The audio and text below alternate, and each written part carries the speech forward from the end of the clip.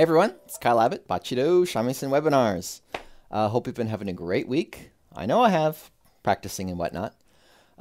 Let's get cooking. So, last week we were answering a question from Carl Hedlund in Sweden, who's learning the tournament version of Jonkara Bushi.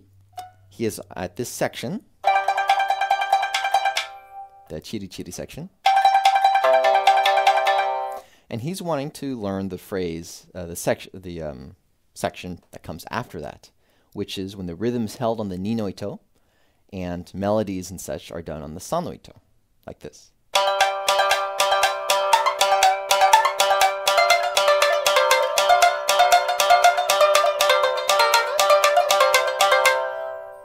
So we were learning the fundamental basic pattern for doing those phrases last week. So if you need a review, please check out the webinar from last week and refresh yourself. And when you're ready, we'll continue on. So this is what we ended on last week.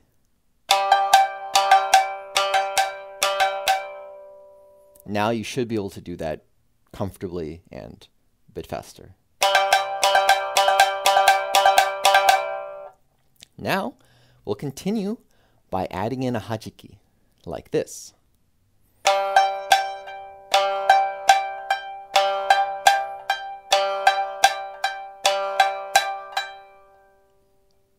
Repeat that until you're comfortable and you can speed it up.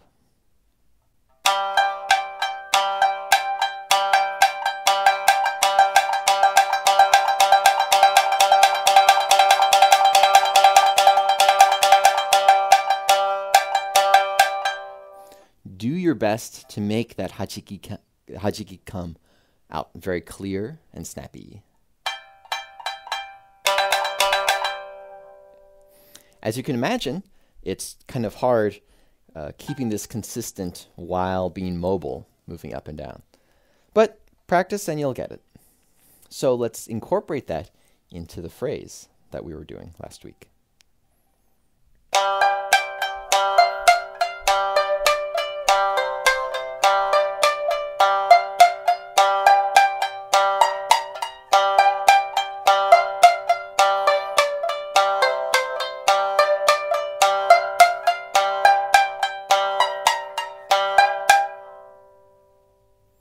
If you noticed, when I went up to position 19, which is not shown on the fujaku, I switched over to my middle finger. Why is that? Well, to do a smooth, clean hajiki, I need the wood of the sao underneath the string to stop my finger from going any lower. When I use my ring finger, it's over here, and my finger goes in too deeply, and it gets caught. So I have to switch over. If your fingers are smaller and you can comfortably have your ring finger there over the sao, feel free to do so. For most of us, we'll need to switch to our middle finger. So practice that right here until you can get a nice, clean, snapping hajiki with your middle finger.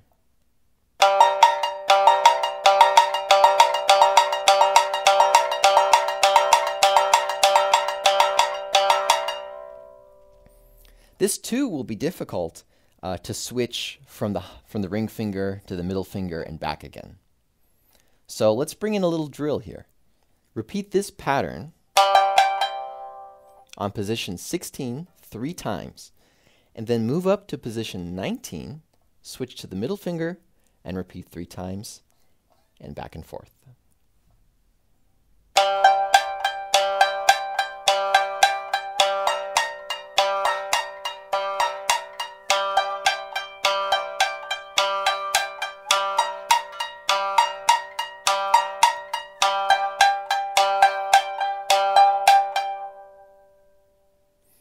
When that's comfortable, speed it up and change the amount of times you repeat it. If you can, just repeat it once. Go back and forth like this.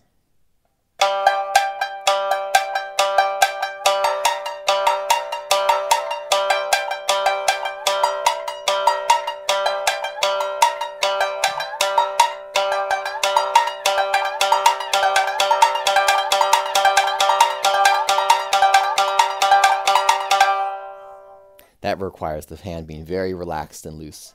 But we can all do that eventually. So with that, work it into the phrase and see if you can speed it up.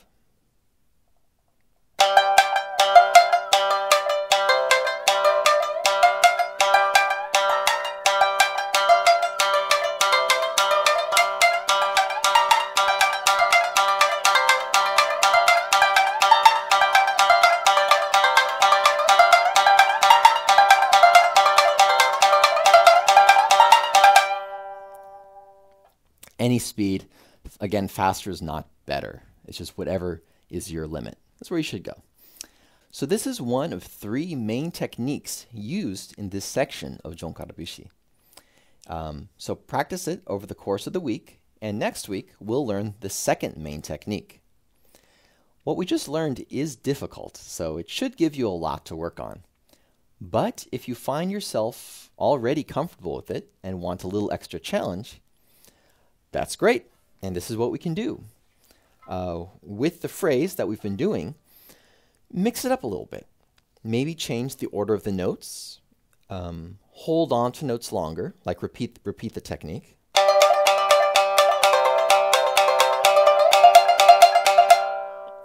And remove the hachiki and add it back in different areas. Just kind of improvise with what we've done so far. I'll improvise a little something now to give you an idea of what you can do.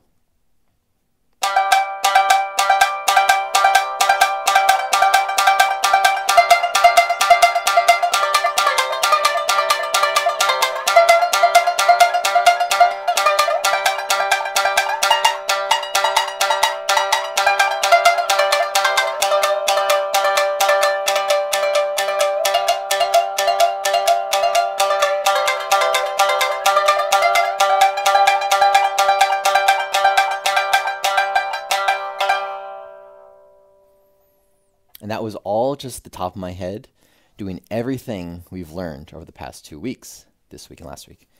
And no, just with that, just with what we have learned, we can have a very dynamic, professional sounding little addition to our Jonkara Bushi. So that's kind of great. Moral of the story is, you don't need much to make something dynamic and impressive.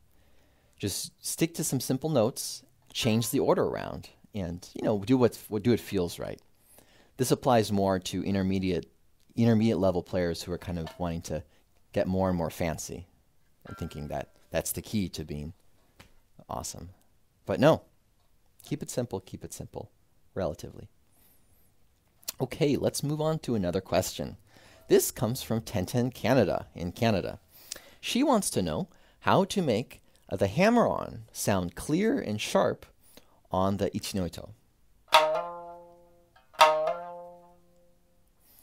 To do this, I think we have to go back to the basics of just striking one string or holding down one string.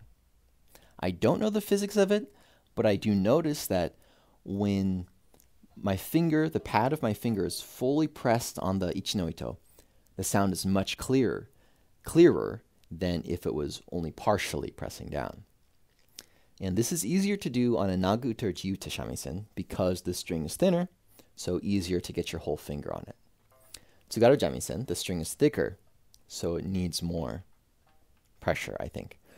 But it's not simply a matter of pushing down harder on the string. No. Let's go back to just simply holding the sawal. We have our hand, we put out our thumb 90 degrees, and then we just drop the saw in. There's no pressure, no tension. When playing the san-no-ito, we want to keep it this way. No pressure at all. So we can easily slide up and down. The ichi-no-ito, it changes a little bit. So when we move over here, this is kind of what we want to feel.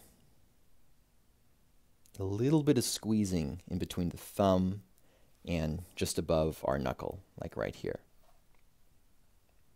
Note it's just a gentle squeeze. It shouldn't hurt or feel too forceful, just enough to keep the saw secure so you can move it around and it won't slip out. You don't have to be this forceful to try it out. But you can if you want. I'm not responsible for damages. So yes, I'm feeling pressure on this part of my thumb right here and this part of my finger. When everything below the finger is secure, then planting this down on the string, this whole area becomes secure and firm, I think, which will yield a cleaner sound.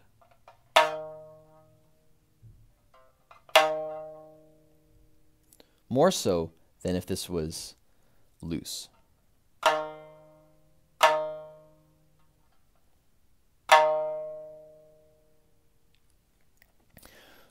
And right after you strike, relax the hand, unless you want it to ring out.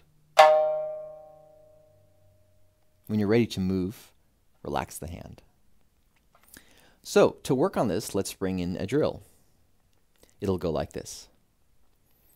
0, 3, 2, 4, 3, 6, 4, 7, 6, 3, 4, 2, 3, 6, 0. Repeat that a bit. 0, 3, 2, 4, 3, 6, 4, 7, 6, 3, 4, 2, 3, 6, 0. And every time you strike, or when you get to the position, squeeze your hand like this. And once you strike and are ready to move, relax. Relax. And when you're relaxed, you can quickly move to the next, smoothly move to the next position. When you're ready, you can practice that and speed it up.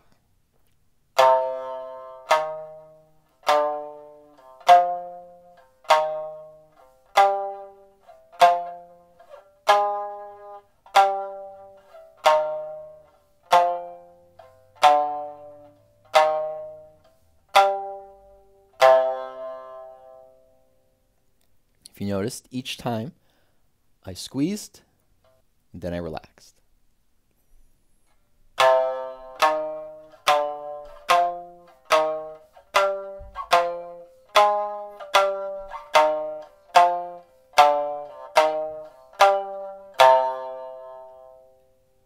And relaxing is most important.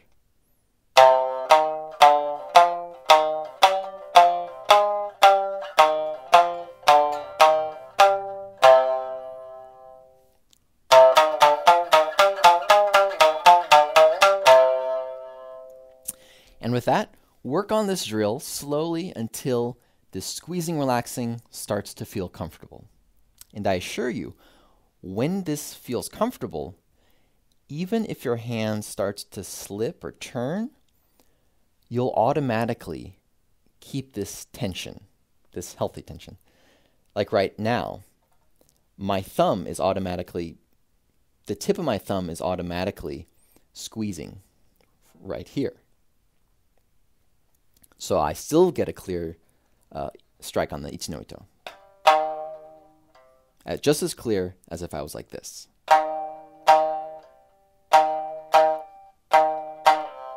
Even on this string too. There's still pressure between here and here. But very light.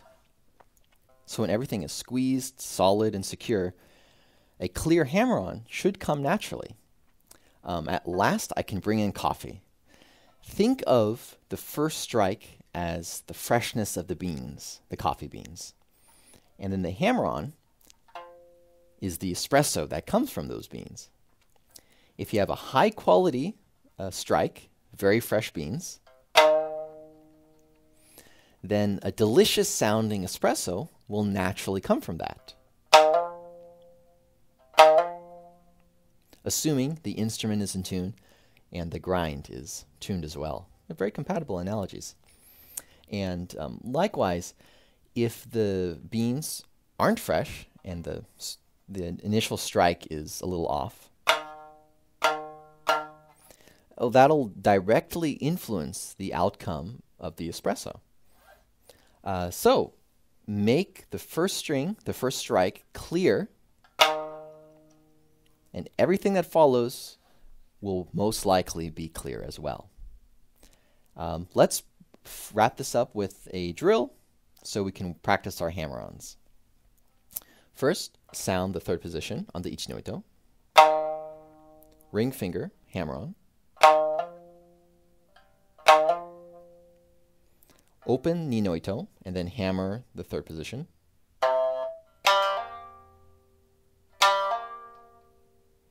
And then sound the 4.